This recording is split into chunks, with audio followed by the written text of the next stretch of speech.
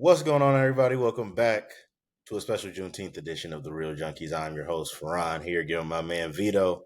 And it's only right to celebrate the holiday that we discuss a movie that is so good, if you threw it in the air, will turn into motherfucking sunshine. Harlem Nights. Like a true classic and one of my personal favorite movies of all time. And a movie that, as I was getting ready for the review today, I just kind of went back and, looked at some old stories about this movie. It's kind of crazy looking at movies in their Dog. context versus how they were received when they came out. Because if you ask anybody today, Harlem Nights is a classic, one of the best black films ever made, stacked cast, some of Eddie Murphy's best work. You know what I'm saying? You had just stacked Arsenio Halls in this, Richard Pryor, Red Fox, like Della Reese, like the cast is just ridiculous. What's buddy name from ah and I thought you was gonna say it. It's Robert something. Buddy from Baby X Kids.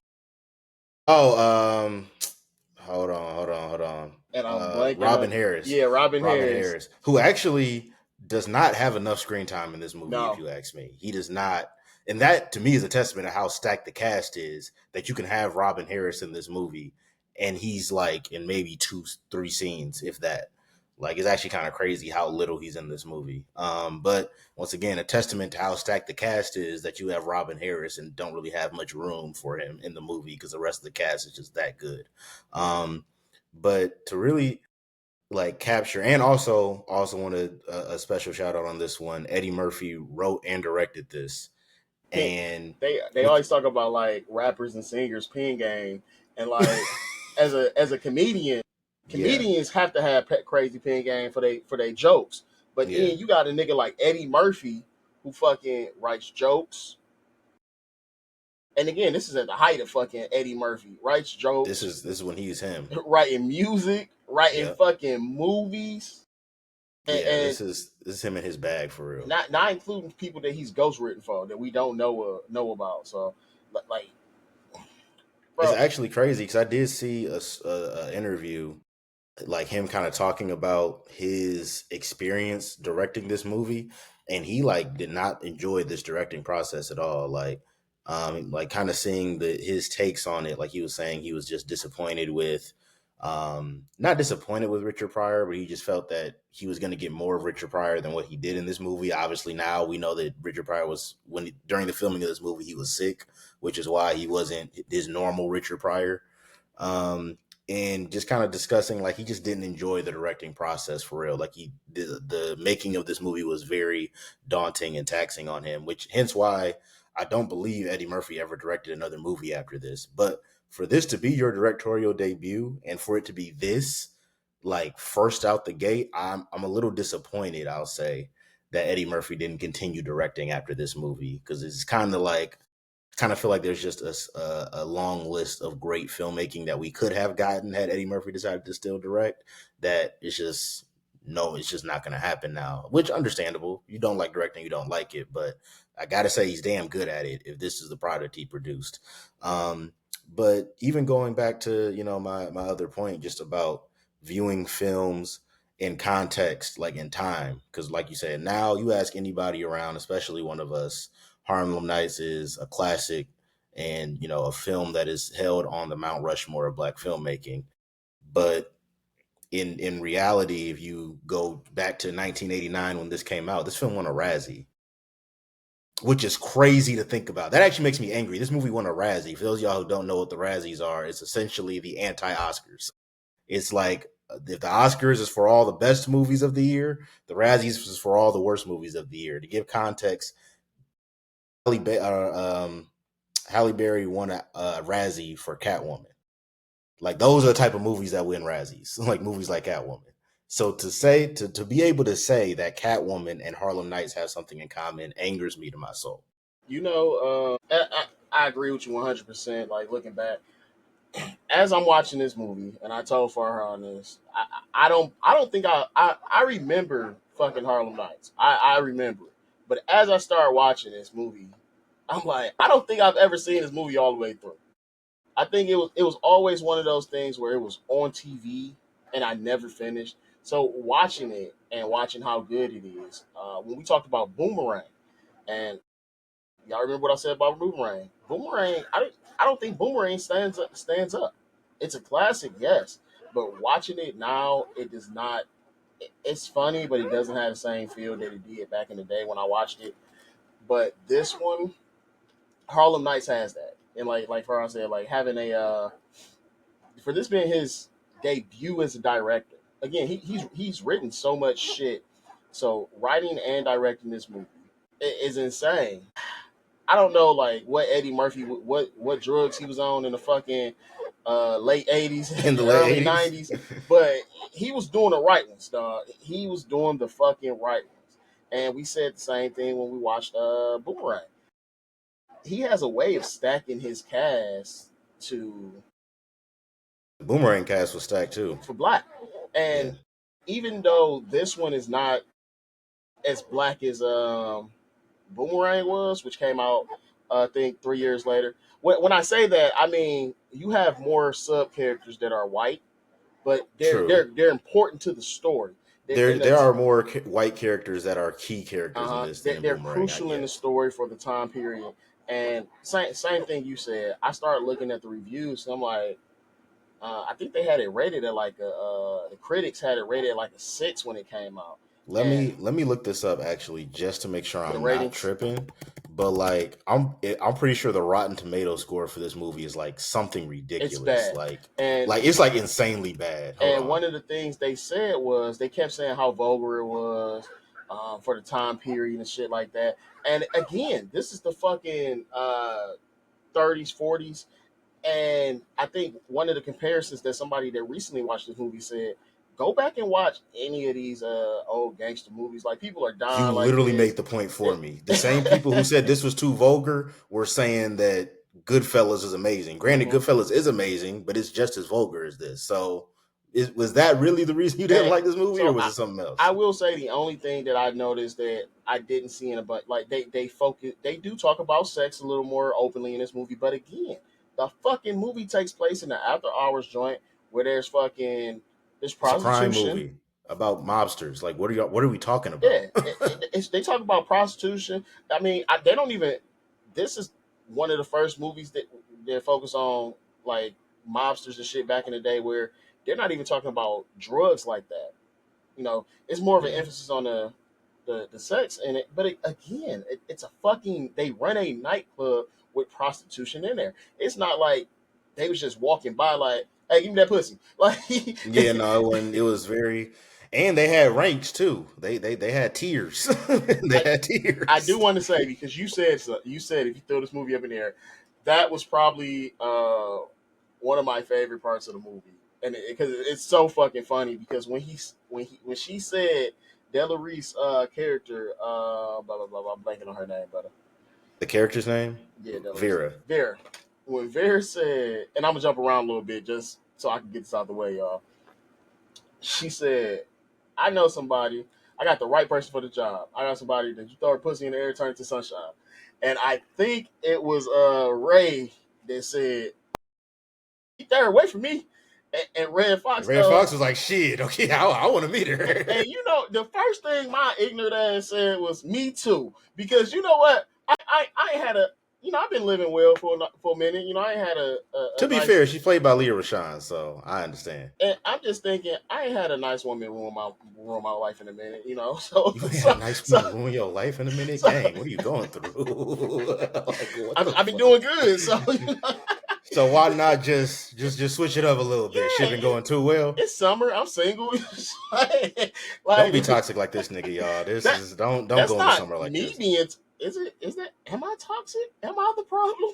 You might be one of them, bro. I know some niggas who like that toxic shit. Like that's it. That's a thing. There's brothers out there. That's their thing. They like that toxic shit. It's okay if that's you. Just tell your truth, bro. It's all right. But that's all I'm thinking, man. But the amount of, and I'm gonna jump back to, let's just talk about before we get into the story of the movie. Like you said, it's fucking stacked, man. When you got fucking Red Fox and fucking Richard Pryor in a movie together, it's gonna be fucking vulgar. It's Yes, gonna like, be vulgar. and Eddie Murphy's comedy, like, if you go back and watch his stand-ups during this time, vulgar as hell. Like, this is, I just, part of me kind of understands why this movie got no, the no, no, no, no. reaction it got It got the at reaction the it got time. because it's niggas. Yes, like, if If we're gonna this be was 100% honest, and I'm about to and look not at even just that though, because I want to like put that in context. Not even just because it's niggas, right? Because Coming to America came out around this time as well, and the reviews for that aren't like this movie. well that But they what I mean with that is they is niggas in a they talk about sexual shit. I don't want to say they painting us in a bad light because uh, I the wouldn't even say that. I would just say the characters in this movie, because this movie, which I'm gonna be surprised. I'm surprised you didn't mention this already. This is a period piece because this movie takes place in, I believe, the 30s. So it kind of captures a little bit about how black people, especially black people in the underworld, the criminal underworld, were speaking at this time. Like, this film to me is just very unapologetically black at a time where you're coming off of, because I believe Coming to America came out before this, if I'm not mistaken. Let me double check that. But I I know it got was you right around now. the time of this movie.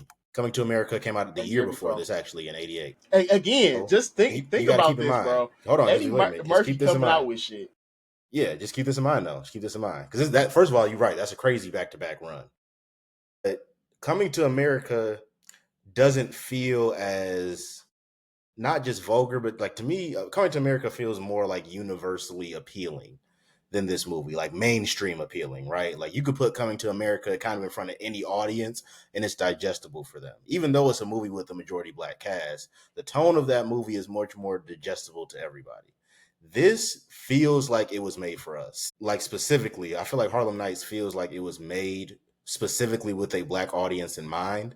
So in the late 80s, where, the masses are coming off of Coming to America, and I feel like they were coming into this movie kind of expecting something a little bit closer to the tone of that, and then they get Harlem Nights. I can see why certain people who don't share melanin probably reacted the way they reacted to this movie, because for this to win a Razzie is crazy. And I'm looking at just the movies that came out that year. First of all, Richard Pryor had another movie that came out this year. See No Evil, Hear No Evil. Another classic for those of you who haven't If seen that. that Another classic. that and I can't remember the name of the other movie that him and Gene. It's not Gene Simmons. That's the rock star guy. Gene Wilder. Is it Gene Wilder? See, this is why we have. Yes, Gene Gene Wilder. Wilder. It's another movie that him and Gene Wilder are in. That like that was like my first introduction of Richard Pryor. I was like Mhm. I didn't know had no idea his stand up or anything. But I'm looking at these movies. You had the fucking '89 Batman. I believe that's the one with Val Kilmer. Mhm. Um, Oh wait, the '89 one. yeah, is that not Val Kilmer? No, that's Michael Douglas. Not Michael Douglas. Michael Keaton. Michael Keaton. Yeah. Yeah, I was about to say. I think the '89 one is the original one. Yeah, so that's the one with So Michael Keaton. I'm looking at the movies that came. The point is, I'm looking at the movies that came out that year. Outside of Major League, which came out, which I remember uh, that was a pretty vulgar movie, and I remember that because in Major League, there's a point where he's like, "You ain't got no balls," and he's like jumping up and down, like lifting his hands up, like balls are in his hands. But outside of that I'm seeing right now, all these other movies, as far as like, I'll say were pretty tame compared to this Compare movie. in comparison, yeah. I mean, there were some vulgar movies Yeah, in well, the I in want the to. '80s. It was, but I mean, like this year at least.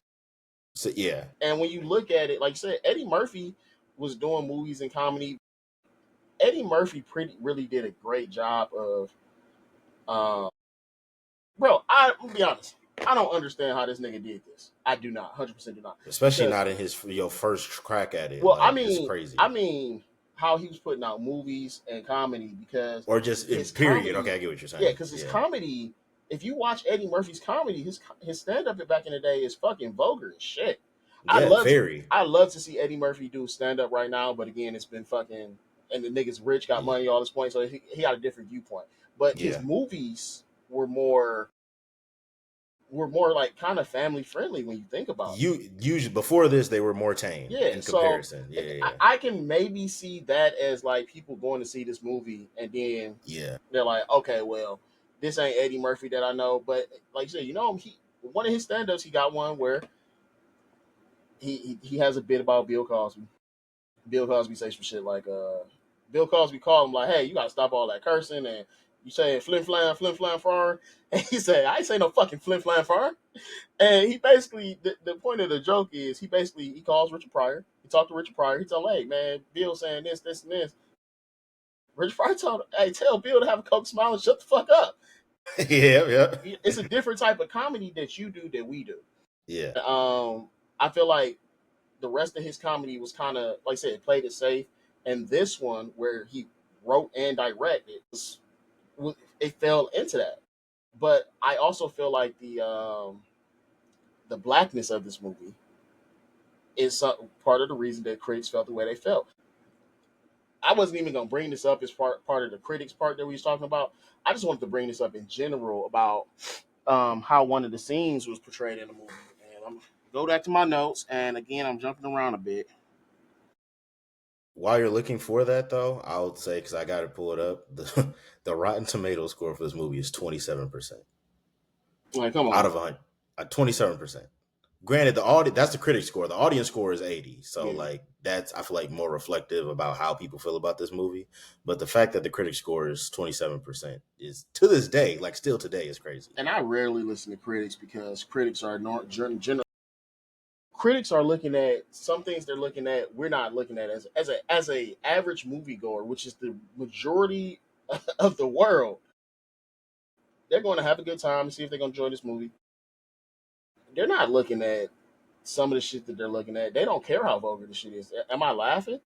But what I was talking about was when Sergeant Calhoun breaks into Ray's house, and he's talking to Ray, and obviously he knows who's Ray is, but he's kind of playing Hmm. kind of vague, and Ray knows that he knows, and he's kind of playing it vague, and he says, you know, I see how y'all living, Yeah. and again, Sergeant Calhoun, fuck, I don't know why I just forgot his name. That Bugsy Calhoun. Cantone, Oh, Canton, you know about Cantone, yeah, the that's police the police officer? officer. Yeah.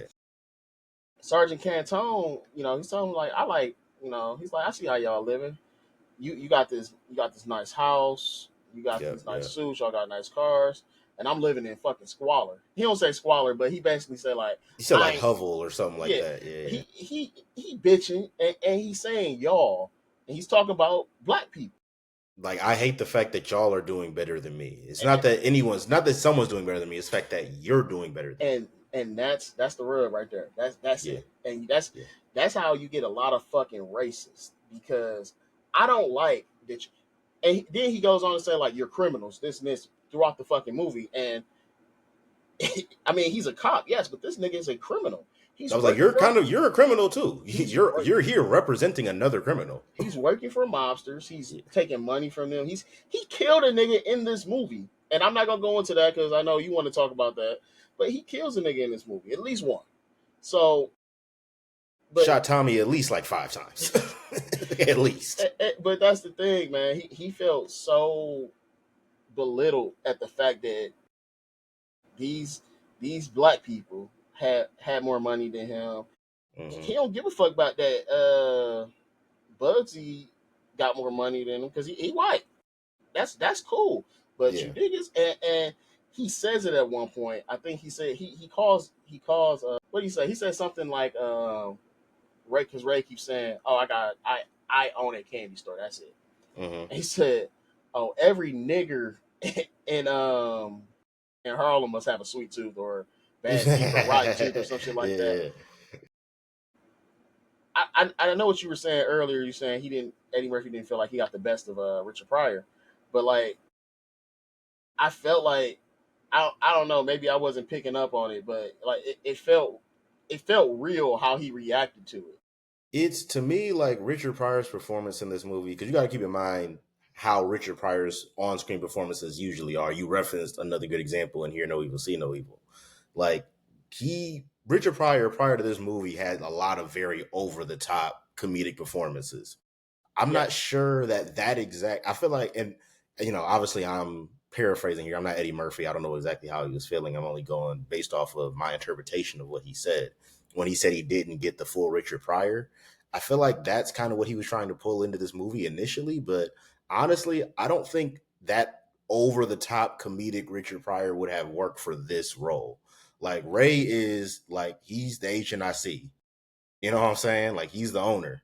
He can't really be over the top and cartoonish because to me, part of what makes the comedy in this movie work is yes, it's all these comedians with these crazy, very vulgar jokes, but it never gets to the point of being cartoonish for me.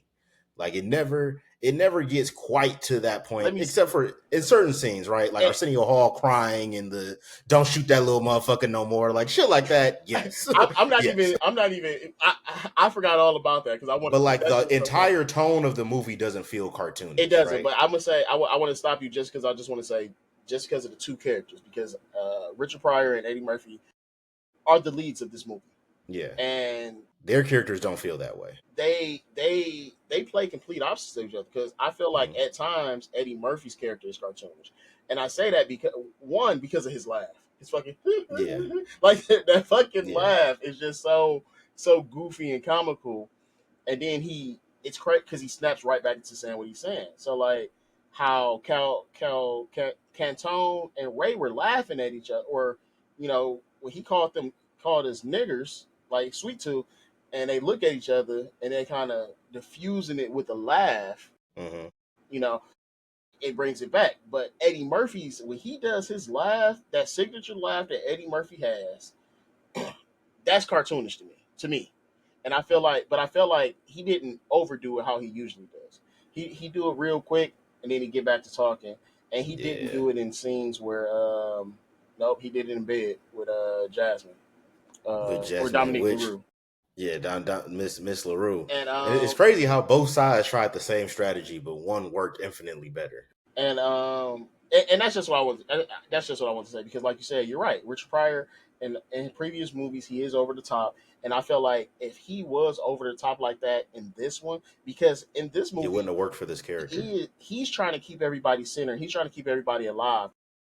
So he's thinking we're not we're not mobsters. We're not gangsters.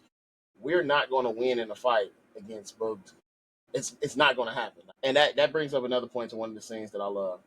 And he's telling he got 100 men with guns, and you just one man with a gun. And this was again they came out of a goofy conversation because the champ was it Stan Shaw? How you say it? Oh, the heavyweight champ, yeah, Yeah, Stan Shaw, Jack. I'm Jack forgetting the character's Jenkins. name. Yes, I was like, how Uh, the character's name's escaping me, but but no, that scene was it hilarious. came out You of a gonna be one rich nigga because I'm not knocking some of the fuck out. and so it's funny because, like I said, this scene it goes from that to them having a serious conversation about what's going on with their club, Yeah, and like I said, Ray tells him like, "Hey, you just one man with a gun. He got 100 men with a gun," and he said something that again we've been hearing a lot lately for some fucking reason. It's talking about the power of stuff. He says it don't matter how many men you kill. It matters about who you kill. And I'm referencing the ballerina right there. When they said it don't matter, one bullet can change the world, and we're in charge of stopping that bullet. Now it's a little flip flop because he's saying, at least this is what I get for when he's saying, if I kill Bugs, we good. I don't need to kill 100 men. I just need yeah. to kill him, and we get smooth smell, sell him. Which that's not a great plan because you a nigga, he an Italian, Yeah, and they not letting that they slide. not letting that shit slide. Not in other words, Definitely not in the 1930s. No, definitely not. But one thing that really I think makes this movie great, aside from just the how stacked the cast is and the story, which is good, right? But it's not like earth shattering. Like the plot of this movie is not like anything crazy, but it's carried by it's shit we've how seen before. phenomenal the cast is and the execution of it. But it's also just how quotable and memorable it is. Like there's so many when you say an iconic scene from this movie, there's actually more than one you could pick from. Whether it's Vera with her pinky toe getting shot off. You know what I'm saying? Whether it's the scene with Sunshine, whether it's for me one of my personal favorite scenes, just because just how outlandish it is. The scene with Calhoun and Sunshine, where she just got done putting it on him, and he's like, you know what? Hey, hey, honey, I ain't coming home. Hangs up immediately. Like shit like that. To me, like the fact that this film has so many different scenes that are just so iconic and so quotable, that isn't common for a movie to have that much, content in it that is just so repeatable and quotable. Like for a film to accomplish that, especially a film at a time where black filmmaking was kind of just starting to get mainstream. You had had the black exploitation era in Yeah, like, yeah. the late 60s and 70s, but this is the time where black filmmaking is starting to be consumed by the masses and major studios are really starting to back films with all black cast for real. It's good that we have something. This is really kind of what kickstarted a whole era of black filmmaking for me, like films like this and Coming to America that we got in like the mid to late 80s that kind of kicked off just the run of black filmmaking that you got in the 90s that came after this. One scene that, like I said, just iconic scenes, dude. And again, I do not recall as I started rewatching this movie. I don't remember actually watching this movie straight through, or it was so long ago, and I was so young because we was always watching shit we wasn't supposed to be. Because this shit used to come on BET, if I'm not correct, or if I'm not I'm wrong. Right? sure I'm sure it did, but I grew up in the baby boy BET era, so That's a. But one of the scenes, this is some shit I say often, jokingly, of course, but and I'm like, oh shit, that's where I got that from. Is the, yeah. they're at the table, and they calling Red Fox. They got his glasses on. And he said they kept calling him motherfuckers. He said, I ain't gonna be too many more Three motherfuckers. motherfuckers. Like, all right, I ain't gonna be too many more motherfuckers, all and right now. like I said, it's something that it was funny, but it's something that's so fucking simple. Yes. It's like I said, it's not over the top because I think the same thing with Red Fox. He's one of those characters that he's over the top in a lot of things he does. I felt like he could have been more over the top in this one, and he wasn't, which it fit him perfect. It fit him It really perfect. fit everyone in this movie perfectly that wasn't over the top. Like one of the best things about this movie, like that makes the comedy land so well, is it feels organic. It doesn't feel forced. It doesn't feel like they're trying too hard to be over the top. Like even though Except the crying um brother. That except Arsenio Hall. Like Arsenio, everything I that say about shit. this movie not being cartoonish and over the top, I am not including Arsenio Hall. As I'm Even though watching I it, like that scene. But as I'm watching, I'm like, why is this nigga still like? I get it, bro. Your brother yeah. just died. I get it. I'm like, your brother was murdered. I get it. But the nigga just like the whole from time. the time the scene starts to when Eddie Murphy busts a cap in his ass, that man is crying Shit, after the he got the entire cat bust time. in his ass, Shit, even after too, I forgot what about he that what he what he said? He shit. said, "Motherfucker," and Motherfucker. then he dies. Like what the fuck? And but like you said, that whole scene I think was they got these submachine guns. They shooting, and this nigga, Stop shooting that little motherfucker. Don't shoot that shit no more. he just kept doing it. No, So man, it's awesome. Like, because that to me is one of the things that could have derailed this movie, right? If the comedy was too over the top, like this movie could have gone to the point of cartoonish, and then it makes the scenes that are supposed to have some level of gravity or dramatic feel, it doesn't make them hit as hard.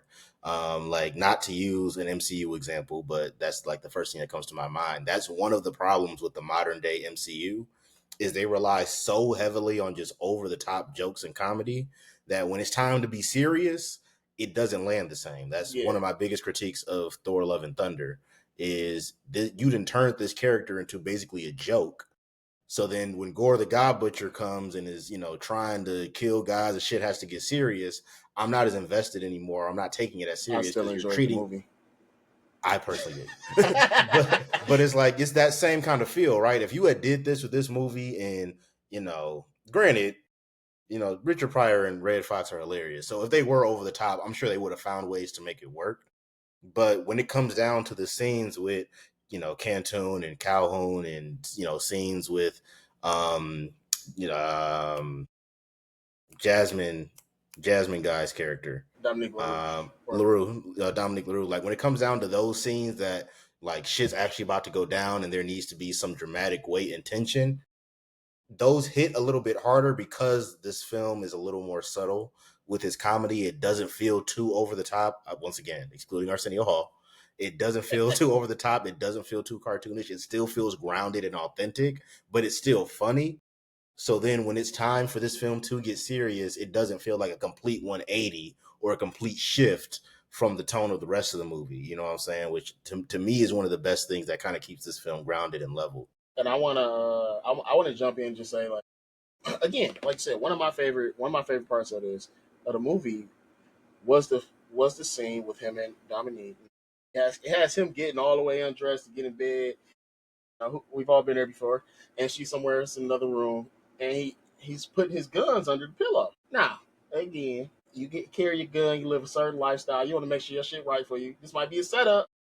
My man thought it might be a setup, so he's putting his guns under the pillow. One over here picks hers up, or picks her pillow up to throw another gun. He finds her gun, and this is this little pistol, and it got pearl grip handles. Again, he does his fucking goofy ass laugh. I thought I was the only one of the characters. This cute. And we see him put it back. Okay, Yep. they had sex. Now they talking, and I think he does his little laugh one more time, just talking about shit. And she tries to reach for the pillow. He grabs her hand, puts it back. They keep talking. She does it again, gets the gun out, and now he's coming to the realization like everything that she's done up until this point.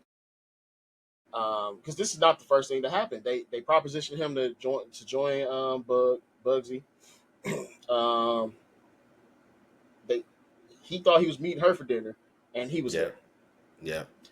Yep. What they do after that? They did something else where they kind of like set him up to be in the same room. I don't With remember. Bugsy. Yeah, where they either anyway. The point is, she pulled the trigger. Ain't no bullets in her gun.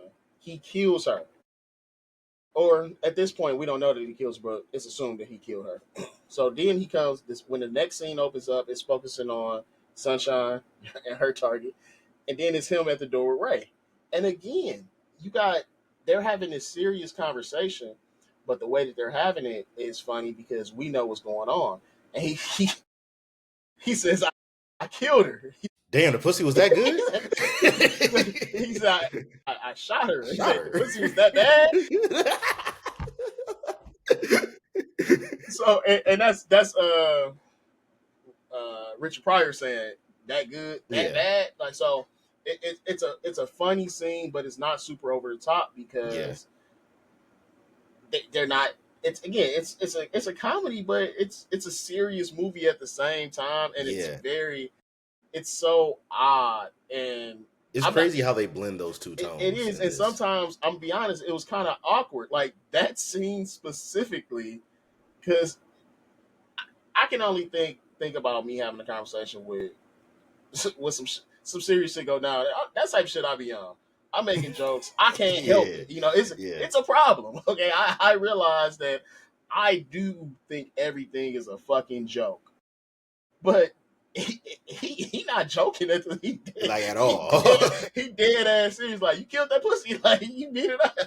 So, but like I said, that's just one of those other scenes that where they blend that comedy, and I think Eddie Murphy he does a good job of bringing his comedic parts back down to reality and taking it serious. And I think with Richard Pryor, because I don't think from what I can remember, Richard Pryor, most of the tone of his scenes feel very serious. Like he's not joking. Like almost every time he's speaking on Yeah. camera, he's serious in what he's saying. Now he may throw a joke in there. He'll say some funny shit, but he's not doing it in like the usual over the top way that we're used to seeing Yeah, prior to this movie. right. He like, and everybody knows somebody that they say some shit that's funny, but like they dead ass serious, Dead ass and that's how I serious. feel like his character was, and Yeah. like that the situation we just referenced. Oh, you killed the pussy. 'Cause, like, they knew he was going to meet with this young lady, Yeah. and what else am I meeting up with you at night? So that was the whole thing. And I was going somewhere and just I was going somewhere. It kept going, and I got right off. So No, but to piggyback on that point though, like just talking about how this film is able to take things that aren't really supposed to be funny, like conversations we aren't supposed to be laughing at, and like still maintain the somewhat serious tone of it while making us laugh. The opening scene of this movie is really not supposed to be funny. Like when you look at it in oh its my entirety, god, the dog. opening scene of this, I feel like the opening scene of this movie like really captures what this movie is about to be perfectly. Like, you know what I'm saying? Come on, six, I've been waiting for your funky ass all night. Baby needs shoes, wife need clothes, and you need new teeth. You snaggletooth motherfucker. A little kid ends up shooting this dude because he, pulls a knife out. He's about to stab Ray. He Little said, kid shoots he him said, in I'm gonna the stab head. all of y'all. He said, I'm gonna stab all of y'all. And then I'm gonna end with this little bad luck motherfucker right here. Kid shoots him in the head. Already we're starting off dramatic with a young child shooting somebody in the head. And then the rest of the conversation is, well, shit, kid, you know what I'm saying? Well, first, Ray says, Eric, somebody get rid of the body. Y'all get rid of this body. He's like, kid, I'll take you home. I don't got no home. Where's your mom? She's dead. Where's your dad? He's dead. Nigga, you kill him? Nah, they just dead. like, so, like that shouldn't be a funny interaction, so but they somehow make it that. the blend, like I said, the blending of the serious and the comedic parts is what made it beautiful. Like I said, when they're shooting dice, they talking shit to him because he's talking shit about this kid, Yeah, you know. And then once he pulls that knife out and he got it up to Ray, you can see him like he's like Ray's trying to stall so he can grab the pistol, and you cut back and the pistol they talking, pistol gone, shoots him in the head just like Ferran said, and it's serious. He like, oh shit, this is, and they had that exchange, and I think Red Fox character said something like, "I wouldn't trust that little motherfucker." I would. Yeah, like I wouldn't trust that little motherfucker in my house. So like I said, they blended they blend the comedic. They're good at pulling it back. I Yeah, want to say, but just like you said, I thought because I did say some of Eddie Murphy's lines I felt were kind of over the top and goofy, whereas I when another reason he might not like directing it when you give me such shitty reviews for something I know I did great. yeah, And but one of the scenes was when every time he talked about Bugsy, Cal, what the fuck is his last name? He said Calzone, can't Calhoun. Calhoun. Every time he talked about him, he said, "I don't know what she's seeing this big, fat, ugly, greasy motherfucker." And he's saying this at the club at the beginning of the movie, after the opening scene. But then he says it again when he's with her in bed, and he goes, "I don't see what you see in this big, fat, ugly, greasy over." And it was like, "Yo, why is it like?" It just seemed like he's such a hater sometimes in his movies, but it's always funny because he did not have to go in on that nigga like that. Quick got himself into some shit in this movie. Honestly, like a lot of like the out of left field and crazier scenes happen too quick in this movie. Honestly, I feel like, and it is kind of crazy to see that kind of shift because, like you said, Richard Pryor is usually the character we're used to seeing being the unhinged one. And it was a kind of a role reversal in this movie of like Eddie Murphy's character, Quick, was really the one that was kind of off the rails a little bit at certain scenes, and Richard Pryor, like Ray, has to be the one to kind of reel him in. Like, hey, bro, might not want to handle that this way. They got more guns than us. You know what I'm saying? We run a nightclub. We here for gambling and prostitutes. We not into we not into that shit that they in. Like you trying to play in a playground that's just not our strength. We got to handle this a different way. We got to go about it this way, right?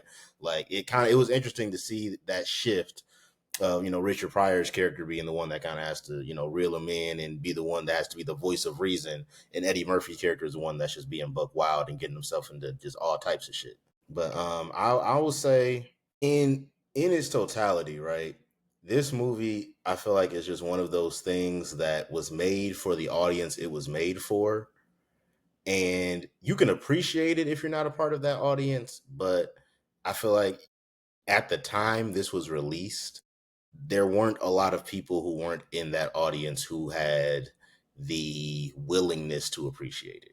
And I'm gonna And that's go. kind of what it felt like based on the response that this got. I agree with you. Because, like, if you hear us talk about this movie, you would have thought this shit should have been nominated for Best Picture. And, like, every other review outside of the culture would tell you otherwise, which kind of shows you where people stand. And I feel like a lot of the dialogue of this movie, even just outside of the quality of it, right? Like, a lot of the critiques of this movie that we saw during the time it came out, of it being too vulgar and the story not being coherent and shit like that, right? Like, the reason why I really give pushback to that it was too vulgar criticism is some of the other great movies we got in the 80s that didn't get that critique. Scarface came out 6 years before this movie. That's probably the You feel Scarface me? was because Scarface was Nightmare on Elm vulgar. Street came out 4 or 5 years before this movie. Like, these are vulgar films. So They just are. that's why I said what I said about the what Cantone said. Yeah. I don't like that y'all doing this because, like you said, I'm liking it to Scarface because that's another gangster movie. Scarface is more in tune. I was just giving They an example. they Like, talking Nightmare on Elm about Street is another vulgar they movie talking that was about released before this. so much drug use. They killing so many people. In this Yep. movie, you see niggas get you don't. I don't think I'm trying to think. I don't think A lot of anybody the got death isn't shot. sensation. Yeah, It's people get shot, but I'm thinking like a lot of the death scenes in this movie, like, you don't really see you it as come graphically as you yeah see it in you Scarface. they get killed. They don't show them getting shot, and Because they then don't show Tommy getting killed. they They don't really scroll show back to it. Arsenio and his crew getting shot. Like, you see, like, Yep, Eddie, like, shoot the gun 3 times, then it just pans over to hands their over. bodies, but you don't really see the violence in graphic detail like you did in some other movies in the And 80s. I'm gonna get back to my point, but you just brought that up. The three gunshots, because even he got up like He got up like, I did damn, I that. really killed him. Like, he couldn't believe he did that He shit. got up real quick, boo, boo, boo. And I'm like, wait, that's it? So, but the point I'm making was they felt like we aren't supposed to be able to do this. Because Yeah. again, when you look at a movie like Scarface, and people applaud Scarface to this day for being a great movie, and I actually want to go back and we might have to do Scarface I'm because down. I'm I'm down. thinking about it, and one of the things I have a problem with is that whole incest storyline between how he feels about his sister and shit, which is so It's fucking weird. weird. It's weird. And It's like, as an older brother, I understand you want to be protective, but like, with the relationship he had in his sister with his it sister was felt like it reached beyond that a little it bit. was like it was It like was like anime it was possessive. like anime level Yeah, creative. it was like possessive So almost. Like, but you're looking at that, and I want to say there was at least one or two scenes where somebody was getting fucked in that movie. like Like you see them like having however sex. graphic you thought Harlem Nights was, Scarface is that times Went 10. over. When you Like, look one at of the greatest movies ever made, don't get us wrong, right? And Scarface is a better movie than this. But just using that as an example of, that wasn't a critique you had for a Mhm. movie that was more vulgar than this. Way more. That way more. You didn't have that critique for that. But now with a film with an all black cast that's written and directed by the star, keep in mind, this isn't the time where black directors and black screenwriters were just the norm. You know what I'm saying? Especially not in mainstream filmmaking.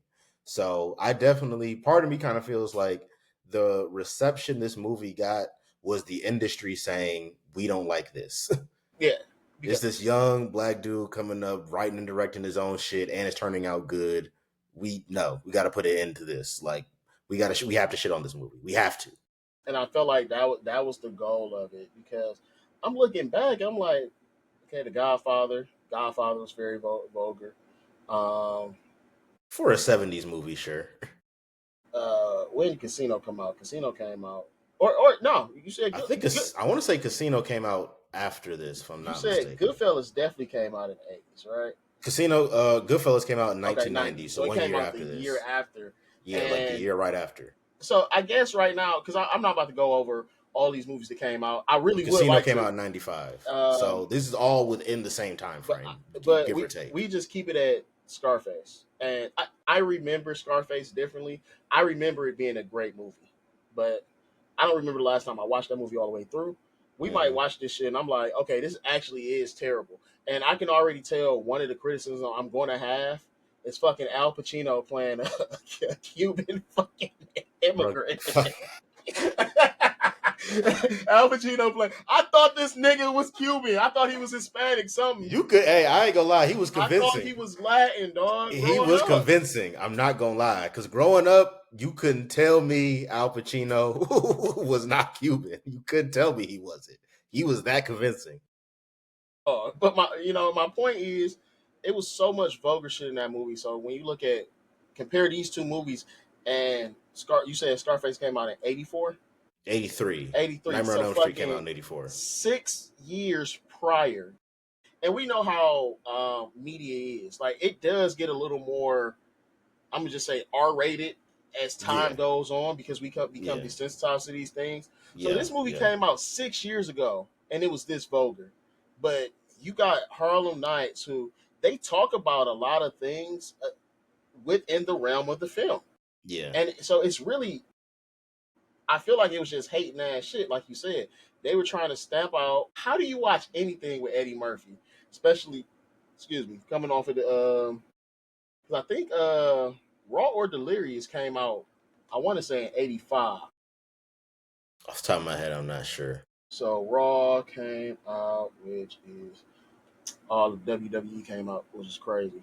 Um, This nigga looked up Raw and WWE was the first thing that came up. so Delirious came out in 83. Raw came out in So 80. same year, Scarface. Raw came out in 87. And it's crazy, Tatiana Ali is in that. Wow. So that's crazy. But looking at anything Eddie Murphy go, I don't remember if it was Raw or Delirious where at the beginning of the movie he does a joke as a child, which Samuel Jackson is in that scene as well. Which again, fucking Eddie Murphy just brings fucking talent out. Stacked talent out every time. It was the 85 because Tatiana Ali, now that I remember it, she was singing at the beginning of it. The children, there was a family dinner. The children Hmm. were having a little concert. She was singing. I remember her singing and shit. And Eddie Murphy tells his joke. It was something about basically a bear wiping his ass with with a bunny rabbit. It was a fucking joke that a child that sneaks and watches Richard Pryor and Red Fox listens to their comedic stand up would tell. So how do you look at these stand ups, which those stand ups at the time were fucking beloved? People talk about now how Kevin Hart is a they don't think Kevin Hart is funny now, and how his audience is white. He's very Nigga, watered down as far nigga, as his comedy now. Eddie Murphy and his comedy, I don't think has ever been like that. It's all, but white people loved his shit as well. So they seen these movies because his stand ups were in fucking theaters Yes, they at the saw time, those, which is and then crazy. all of a sudden, this was too vulgar. But this was, You know what I'm saying? and Like I'm glad it's you, not the fact that they didn't like is not liking the movie is fine, yeah, especially if it's a movie tailored for a black audience. You know what I'm saying? But there's a lot of references and just vernacular and things that are going over your head. I can understand you not liking it, but the critiques of the movie didn't make sense yeah. to me. And I'm glad you And wrapped like it that up was for the me. prevailing critique was this is just It's so too vulgar. vulgar and it's just too much. And I'm like, how when y'all were just praising a movie more vulgar than this 6 years ago? And, So and that to and me that's is his where it style. comes in. Like I feel like y'all are using that as a way to not really say the real reason why you don't like this movie. It's showing, and I want to be really careful about what I'm saying. I don't consider a criminal lifestyle as black excellence. Okay, I want to be clear. Yes, I very want to be clear in saying that glad we clarified that. before I say they show black they show black people living in a life of luxury and style, Yes, that's a and better way to put it. so, so That's a better way to put it than black that's what excellence like for sure. I felt myself about to say they showed black excellence because I wanted to keep saying black excellence from when we did Boomerang, but they showed Yeah, that luxury. movie shows black Yeah, excellence. This movie shows black people living in luxury. yeah. Yes, So but luxury. I ain't gonna say it shows black excellence. So they show that luxury and that style, and it's a hated thing. Which I would Yeah, have thought, hey, y'all would have loved this more because well, Boomerang came out after. But the point is, I felt like that was just like he said in the movie. He's a fucking Cantone was a fucking hater. I don't. Y'all are racist for the wrong reasons. Like you racist because you think this nigga doing better in life than you. Like that's some top tier hating ass shit. Top tier. Like and to be Top tier. and not so you hate a whole group of niggas Simply because they doing better than you. and you For don't no think they other should. reason. So I was again. Oh my god, this is crazy because I don't think I really went off on a wild tangent this time, but I You am didn't actually. I'm proud of you. I ain't I'm gonna lie. This forgetting is what the growth. fuck I am talking about as I'm currently talking about it because Just go ahead and give us your rating it's because I so already I'm know. getting so long winded about the fucking movie. This is a movie that will get you long winded though. Like I really um, could sit back and just think of quotes from this movie all day. Like, bro, when Red Fox and Vera were arguing about the swig in the container, bro, I immediately thought of my grandparents. I'm like, this is some trivial shit that they would have argued about. Like certain shit about this movie just feels like comfort. I feel like if you grew up in the culture, because you know somebody who talks like somebody in this movie. You know what I'm saying? Like it feels familiar. That's like, and I ain't gonna lie, that's one of my favorite scenes. Like that back and forth between them when he was like, she was like, "Why would you put this back in the fridge? Only a swallow left in the container." He's like, "Well, shit, swallow it and shut the fuck up."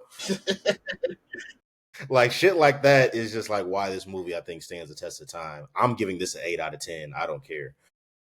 I went on my IMDb. I had this rated at a 7. I wanted to whoop my own ass because I felt like that was too low. So I have to bump this up to an 8 because as I rewatched it and as we're talking about it now, this movie is like I truly believe if you ever made a Mount Rushmore of black films, I think you would be dead ass wrong to not include this. so I am actually going to go a little bit lower than you, and I'm gonna give it an 8. That's the same rating. Like, what are we I'm gonna give talking it an about? 8 This nigga just wanted to troll. because we again last week we I think for Ballerina we had the same rating, and we don't usually rate it the same, This is a rare and occurrence. so Definitely, this is not common. you have and the first thing I want to say is I had to go look it up because I seen Della Reese and I'm like, wasn't she the one on some soap opera on CBS? And I'm looking it up. It's Touched by Angels. What the fuck I'm thinking about? So again, I don't remember watching this movie. So watching her in this and seeing her like Touched by Angels, two completely Different different vibes. fucking vibes. But I'm gonna give it a honestly the same reasons you said. I thought it was Yeah, funny. I didn't think the comedy was too over the top, even with Eddie yeah, Murphy. And I feel like Eddie Murphy is sometimes over the top in his comedy, especially with that fucking laugh, which I hate it, but it's so funny every time because like I can't do the shit, but yeah, the nigga showing all his teeth, chuckle, do it for a couple chuckles, and keep it pushing. yeah, And I felt like they were able to keep the tone um, pretty serious and still have those comedic moments in it. I felt like they same thing you said. I don't feel like enough actors that were in the movie had enough screen time. And as yeah. I'm watching it now, I'm like, okay, shit, that's Charlie Murphy, that's That's Robin really my Harris. main critique of this movie is there's actors that don't get enough screen time, like a Robin Harris, like a Charlie Murphy, but Even it's a double edged sword because while that's a critique of this movie, it's also a testament to how how stacked this stacked the audience cast is. is. You got, like I said, Arsenio Hall, Miguel, is it Nunez? Which I kept on looking at the nigga. I'm like, I know the nigga name.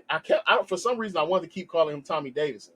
And to just to show you how stacked this cast is, people like Miguel Nunez, their characters don't even have fucking names.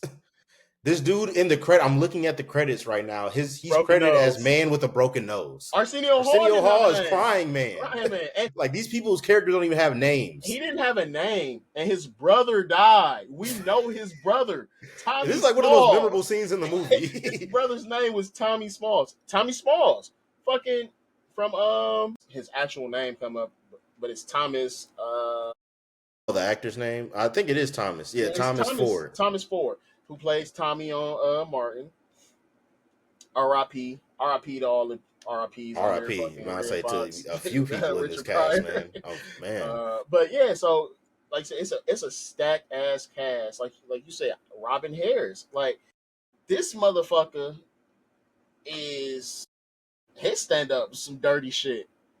And I what I was getting at before was Eddie Murphy does a great job when he was doing these movies. I really wish he's doing more movies now, but I don't know what happened in this nigga life where he kind of fell back.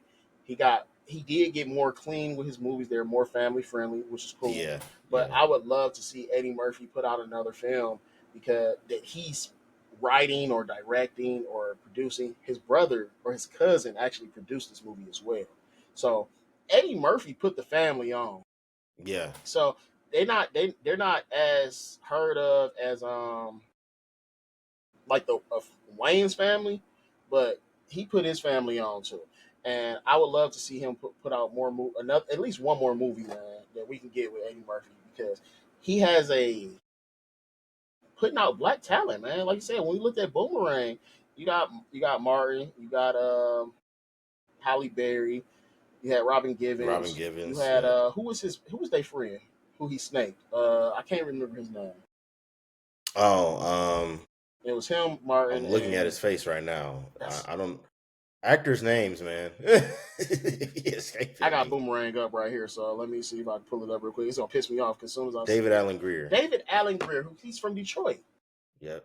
David Allen Greer. So he has a knack for putting in these movies that he was putting out of putting black actors in good positions. Like I said, that was Halle Berry's breakout role in Boomerang.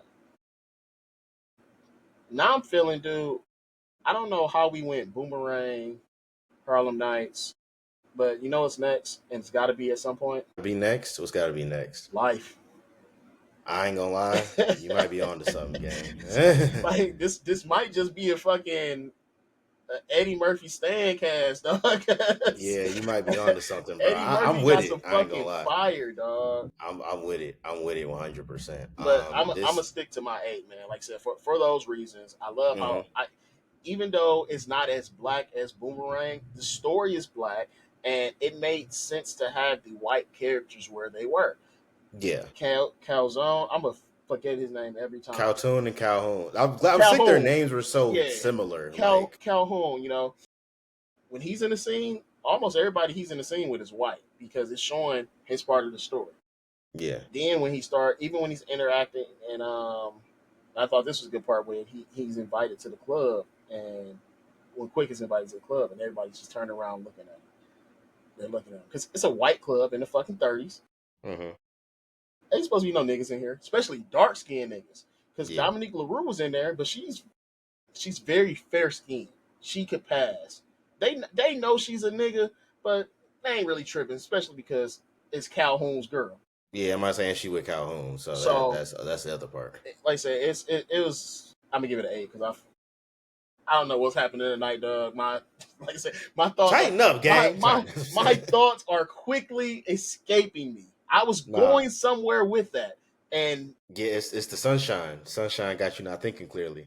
Um, um, yeah, I'm sticking with my eight too, man. This is one of my personal favorites. Definitely a film that belongs on the Black Mount Rushmore, and a film that, like I said, between this and films like Coming to America that we got more rapidly in the late '80s, I feel like I truly believe these films are what started to kind of kick off just the insane run of black filmmaking that you got in the 90s. Like I feel like those types of films set the precedent for that to happen. So yeah, before this is before this you is one of close them us out, ones. like you said, this is one of his favorite films. If you go back to watch our review of Ballerina, you'll catch a glimpse of his T-shirt, which is a fucking Harlem Nights T-shirt. I have Which that shirt for a reason. I'm not when I say this is one of my so favorite movies, I'm not so joking. I'm it, real about this it's shit. funny because we were supposed to do something completely different tonight, and I had to call it, had to we do a pivot. we both were thinking like, shit, we should do Harlem Nights, and he called it, and the only thing I can think is like, I don't know if you watched yet. If you washed that shirt already, you should have threw it back on for this one. I damn near should have. I ain't gonna lie. Put it up, hang it up over the Sue jersey in the back. Cover Sue up with the Harlem Nights. Go I ain't see even mad Harlem at it. Nights. No, That's definitely should have rocked that one again. But man, this is truly a film that's up there for me, just in terms of its impact, in terms of the cast, the how effective the comedy is. Like, it's not a perfect movie, no, but it is perfect for what it needed to be, and it executes. I feel like it executes all of those points flawlessly. You know what's crazy? You said it's not a perfect movie, and usually we talk about shit that we got an issue with. Like that tends to be more play more of a role than anything, and I feel Hmm. like we didn't tackle that as We had much no this time. negatives. We didn't. Like, We didn't say it. The only critique we had was some comedians weren't in the movie enough. yeah, and I feel like I was just enjoying it too much to even Yeah. to catch them because Yes. I'm about to I'm about to go back. I'm about to watch the last 40 minutes, 30 minutes of this movie, and now I'm paying attention to it. Like, what don't I like about this movie? What I don't is even want to watch this movie like that. I what? can't even bring myself to watch this movie See, like that, I'm gonna man. have to because now I feel like I feel awkward. We I feel glazing too wrong. much. Yeah, We doing I too ain't much want to say glazing. it, but yeah, I feel like we glazing this shit at this point. Because usually I don't care. I love Fast and Furious movies, but them shits is not good. They're not good. Y'all heard it here first. He admitted to it. And I ain't even have to say when I nothing. say they're not good, I mean like the acting's not good in it. The story It's is more than not just the strong acting. in it. The Okay, story is ass. all right, ain't ass. All right, when I say the story is not strong, I mean like the things that are happening, the motivation in it. The Yeah. story be good because it's a lot going on, similar to Ballerina. But hey, I'm I ain't gonna even get on that. I feel like you're trying to goat me into some shit right now, so I'm not doing it. But Nah, I ain't even gonna send you on another rant. I ain't even gonna do that to you. I I ain't ain't gonna do you doing like that. But no, this like we said, this is definitely one of the a film that is required watching. I think if you are of a certain ethnic background, and your card will be revoked. I feel like if this movie is not one that you've seen at any point in your life, and I will give you the side eye and slightly judge you. I feel But like that's you're just throwing shots at this point, dog. hey, hit I dogs feel, holler I if feel like it applies. I feel If like the you're shoe throwing shots, fits, dog. That's hey, crazy. hit dogs holler, man. If it applies, it does. I If it don't, it don't. I honestly don't know how It's you just seen that. this movie before. What you mean you don't know how I seen this movie You was before? born in what year? That don't No, matter. no, no. Answer the question though. That doesn't that don't matter. That Look, matter a little bit because, like you said, you grew up in it when Baby Boy was on BET. what was the main BET? Yeah. Was the main thing on So BET? I'm just saying, like, what you trying to say? Like, niggas trying to control all our blackness and shit. Damn, bro, we I not all a monolith, nigga. we are not all a monolith. No, But we all you should are have seen Harlem 100% right. Nights. But if you ain't seen Harlem Nights, I reserve the right to talk about you. All And I right, feel like I'll be well within my right to do so. all right. Well, you know what, brother? And I'm standing on I'm that. gonna let you live in your truth, dog. I'm standing on that. I'm gonna let you We are live in your black people truth. are not monoliths. We are all unique humans with our own individual gifts to bring to the world. But if your black ass ain't seen Harlem Nights, like I said, I reserve the right to talk about you and I'm gonna Bro, stand on what if I grew up in a super religious family and they don't let me watch shit? And it. Okay, well then when you grew up, you should have went back and watched this shit. this nigga, dog. When you got old enough to have your own autonomy, the first thing you should have did was watch this movie. And this the last thing I'm gonna say, dog. This the last thing I'm gonna say, and it's gonna sound like glazing again, but I think nigga Eddie Murphy catalog just need to be go through this nigga's catalog because, like I said, I'm not even mad at when he that. started making the family movies, and you go look at shit like Daddy Daycare. I forget the movie where he played a spaceman. He walking around in this white robe and shit. Some shit like that. These shits will still be good. Like they not all perfect. They not all tens. I'm be honest. Some of them fucking you like yo. This was a wild direction for him to take, but they're not Hmm. terrible movies. But Yeah. especially his early shit. Go look at those stand ups. Go watch fucking. I said how I feel about Boomerang, but I think Boomerang should be watched. I think fucking Harlem Nights definitely should be watched. Life is one of my favorite movies. Yes. That's the one where I'm gonna say if you ain't seen Life, let me I ain't gonna revoke your black card, but let me hold on to it for a couple days. Yeah, I think life. I feel like life is a revocable offense. Life is a revocable. Life is a. There's certain movies are revocable offenses. Certain are let me hold it for you, and then there's revoke. There's tiers. I feel like there's tiers to black filmmaking. There's a revoke category, and then there's a let me hold this for you, big dog, till you go address that. Life is in the revoke category to me. I'm putting life in the revoke category. I really think we can make a whole episode about that. About Honestly, movies I'm to take kind of. movies to I take your look, you black gave card myself from. an idea. Yeah, Friday. what movies, if you haven't seen them as a Oh, black person, are like worthy of getting your black. so let us know because we okay. So that's at least two things we got to throw up. And as we're building our schedule, we got A life review life review and and revocable movie Black Car Revoke movie edition. or not. And you said we just doing movies that you ain't seen or movies you don't like because that's two different things. You don't have to like them. You don't have to like them, but you just had to have seen them. You don't have to like them. I'm not gonna lie to you.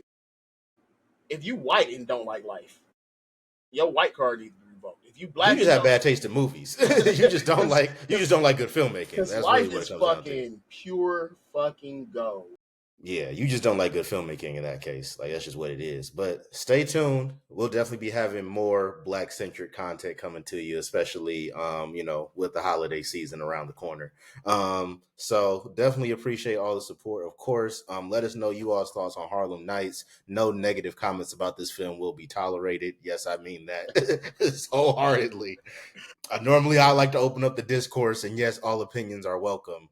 Kind of. You know what? But No, bring on the negative comments because I want to be able to. I want yeah, this to someone go to. critique this movie because we sure as hell didn't. someone actually critiqued this movie And because we didn't. we seem a little biased right now. Yeah, we're very biased. So give us an objective viewpoint on Harlem Nights in the comments, please, because we sure as hell did not give it to Just y'all. don't say it was too vulgar because you Yeah, gonna get just some don't bitch. say it was too vulgar, and we're good. Just start off with like some actual critiques, and we can start the discourse from there. But yes, of course, always continue to like, comment, subscribe. We do appreciate all support, and until next time, stay black and peace.